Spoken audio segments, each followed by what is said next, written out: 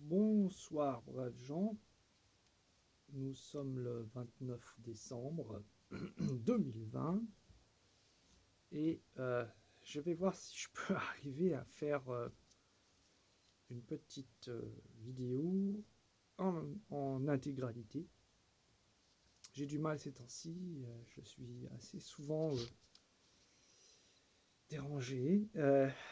Bien, j'ai préparé un petit texte et ce sera une introduction en matière et on verra ce que je broderai après. Alors, j'ai une, une inspiration, on va dire, euh, en pleine nuit et j'ai écrit ça. Ce vers quoi allons-nous? Il apparaît qu'une partie de nos élites se sont concertées et ont délibéré pour nous. Leur solution a un nom. Elle s'appelle le Great Reset.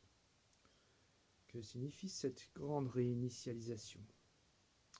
On parle de révolution industrielle 4.0. On évoque aussi la transition écologique, l'intelligence artificielle, AI en anglais, la réalité augmentée, le transhumanisme, le revenu universel sans condition, les crypto-monnaies. Bref, un monde meilleur. Il y a juste quelques détails qui coincent. Bon, 3 fois rien, ce ne sont après tout que des variables d'ajustement. Première chose, remplacer des gouvernances nationales, car ce mot de nation est à bannir à tout jamais, par une gouvernance mondiale. Qui les a élus? Personne. Et cela arrange bien du monde. Des emplois délocalisables, plutôt que des métiers sûrs, avec un savoir-faire dur à acquérir. Autrefois, on était fier de la profession de ses parents. On pouvait arguer que son père était boulanger ou charpentier, que sa mère était institutrice. Quel enfant est fier d'avoir un parent qui est account manager? Ou bien technicien ou technicienne de surface avec, bien entendu, une écriture inclusive qui convient. Un revenu universel, l'allocation prend place sur l'éducation. A-t-on eu en effet besoin d'une plèbe éclairée lorsqu'il s'agit de faire fonctionner une société de services et de biens informatisés et robotisés? Avec le transhumanisme, c'est le matérialisme qui culmine. Le seul hic, c'est qu'une telle société est énergivore et très gourmande en ressources minières. En gros, il n'y en aura pas pour tout le monde. Mais qu'importe cette question, puisqu'on se sera occupé du point de détail que consiste la surpopulation mondiale, en commençant par les continents dont la démographie est la plus galopante. En outre, une migration des peuples assure une délocalisation des emplois et une plus grande servitude. On a remplacé le savoir et le savoir-faire, qui sont difficiles à acquérir, par un savoir-être fourre-tout, qui permet d'avoir du personnel malléable à souhait. Voilà un beau programme que vos élites ont prévu. Pour l'obtenir, il faudra se passer de cette entrave qu'est la démocratie. Voilà, vous pouvez en penser ce que vous voulez. Je vais, dans le cadre, dans le contexte actuel que vous savez, ramener 2-3 statistiques que j'ai pu comme ça grappiller de droite et de gauche. Nous avons il y a un groupe qui s'est constitué dans la région de Marseille, qui s'appelle Réinfo Covid, qui est donc à l'initiative de Louis Fouché, docteur Louis Fouché, et il y a aussi donc un mathématicien qui s'appelle, un professeur de mathématiques à Aix-Marseille qui s'appelle Vincent Pavant. Alors il a eu beaucoup de problèmes parce que ce pauvre monsieur a eu l'idée de faire un cours sans port du masque en septembre à l'université, en disant qu'il ne portait pas le masque et en plus en étayant ses propos en disant qu'il avait analysé les statistiques qui ont été données par certains modèles mathématiques dont il a pu constater en reprenant les paramètres, les données, que les modèles étaient faux, étaient tronqués. Donc il y a le modèle qui a été fait par ces mathématiciens Cauchemez et Fontanet.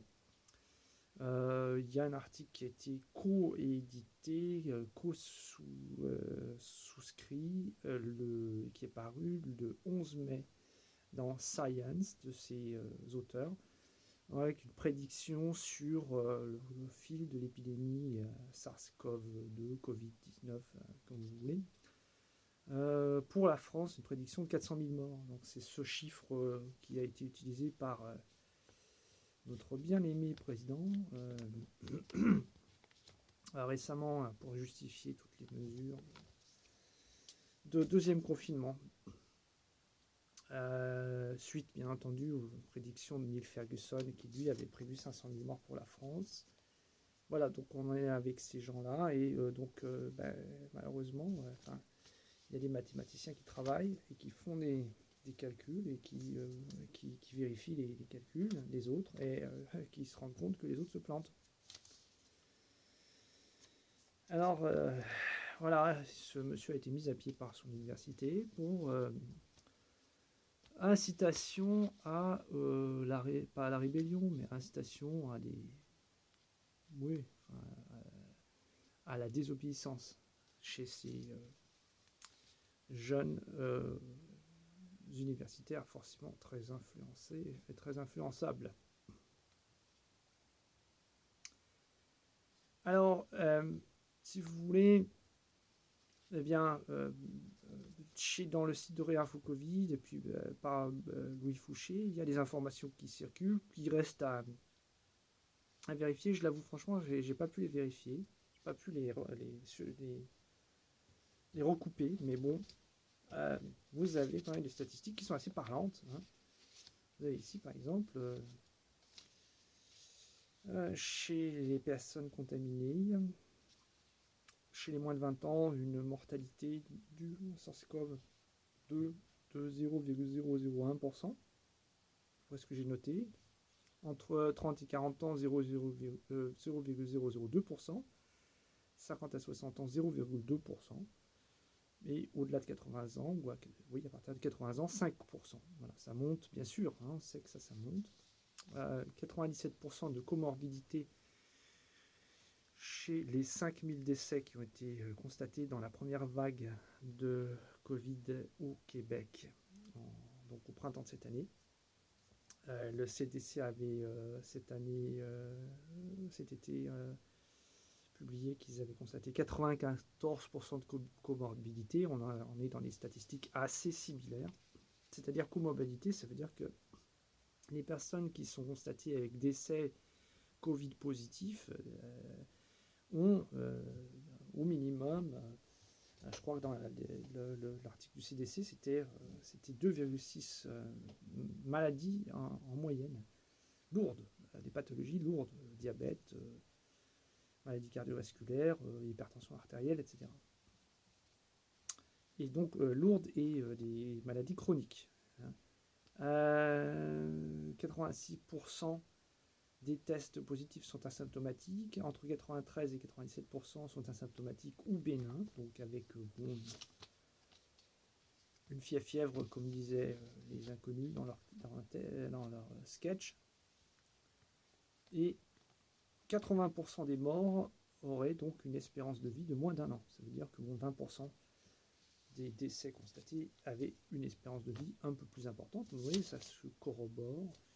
il y a quand même de quoi nourrir beaucoup des questions, de questionnements.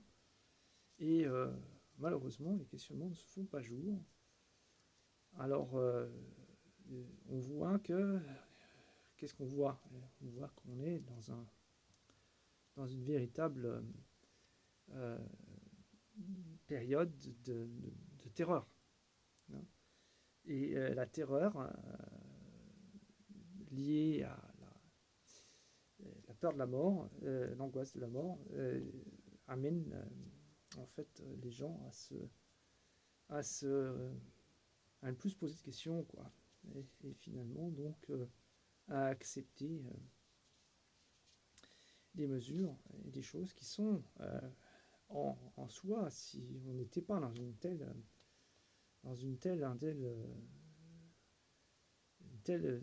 atmosphère de terreur, eh bien, serait absolument inacceptable, ces mesures. Alors, on connaît l'absurdité des décisions prises par les dirigeants français. Bon, en Allemagne, on n'est pas mal non plus, parce que bon, là, je suis à Berlin, il n'y a pas de couvre-feu.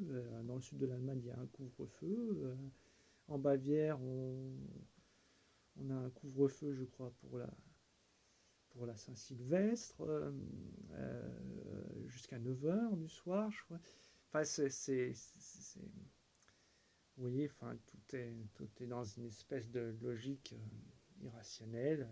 Les gens se font, dans la rue, se font persécuter par la police parce que ils ont l'outrecuidance de marcher sans masque éventuellement et en jouant.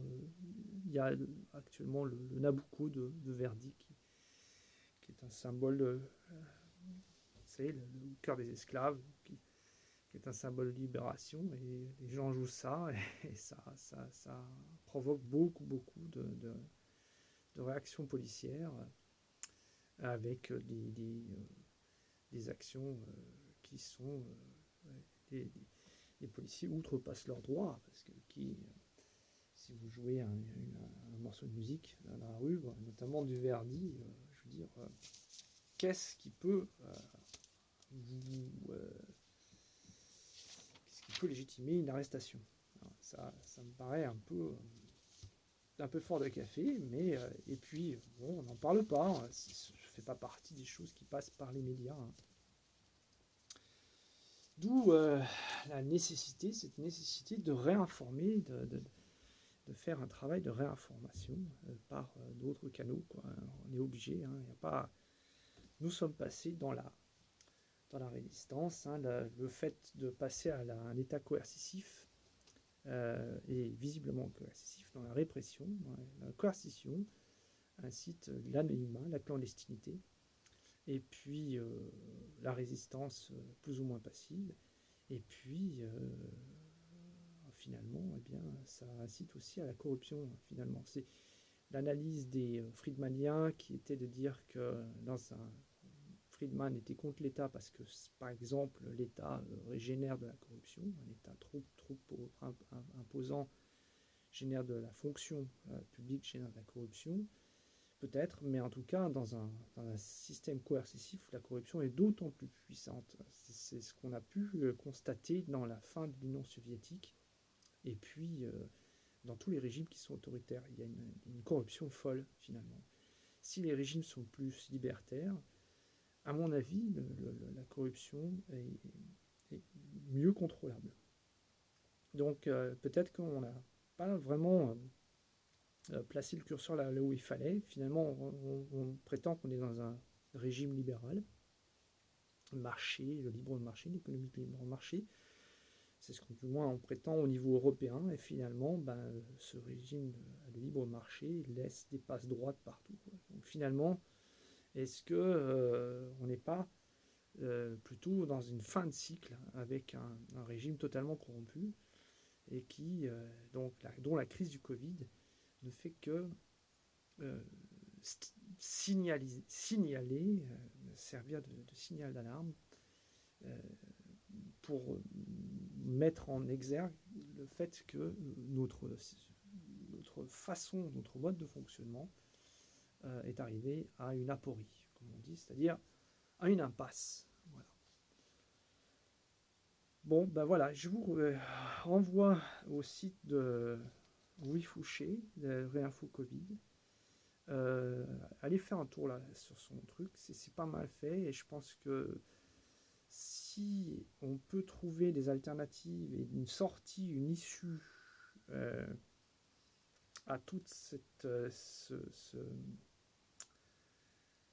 ce marasme, sans trop faire couler de sang, parce que ça c'est l'autre alternative, hein, ça serait que ça se finisse dans un bain de sang, tout ça. Eh bien, peut-être que justement, Louis Fouché cite aussi René Girard, la violence mimétique, etc. Si,